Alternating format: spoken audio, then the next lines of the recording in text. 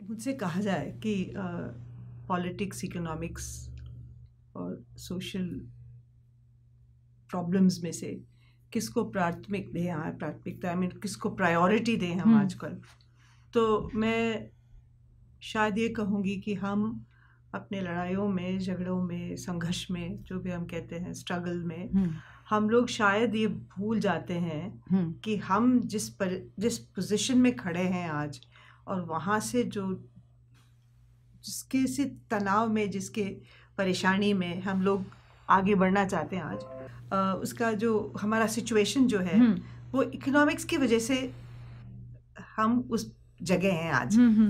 आप यदि देखें, लड़ाई झगड़े के पीछे आर्म्स सेल है। आप हमारे नेताओं को देखें तो उनको फंड करने वाले मल्टीनेशनल कॉर्पोरेशंस हैं। राइट। आप यदि देखें, बाजार ने हम सबको कमोडिटीज बना दिया है। तो हमारे का सबकी ब्रांडिंग होती है, हमारे लेबल लगे हैं। तो ये लेबल यदि आप सोप में लगाएंगे तो फिर इंसानों पे भी लगाते हैं। राइट।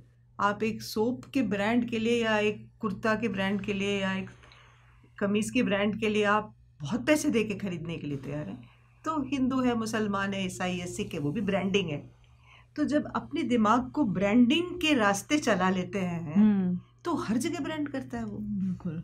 तो वो जो खतरे हैं उनको हम बहुत कम देख रहे हैं। एक तरफ तो ये है, दूसरी तरफ हम जो पिट रहे हैं आज, या जो हमारे यूथ इस तरीके से आगे बढ़ के वायलेंस में उतर रहा है, उन सबको नौकरी दे दीजिए आज आप।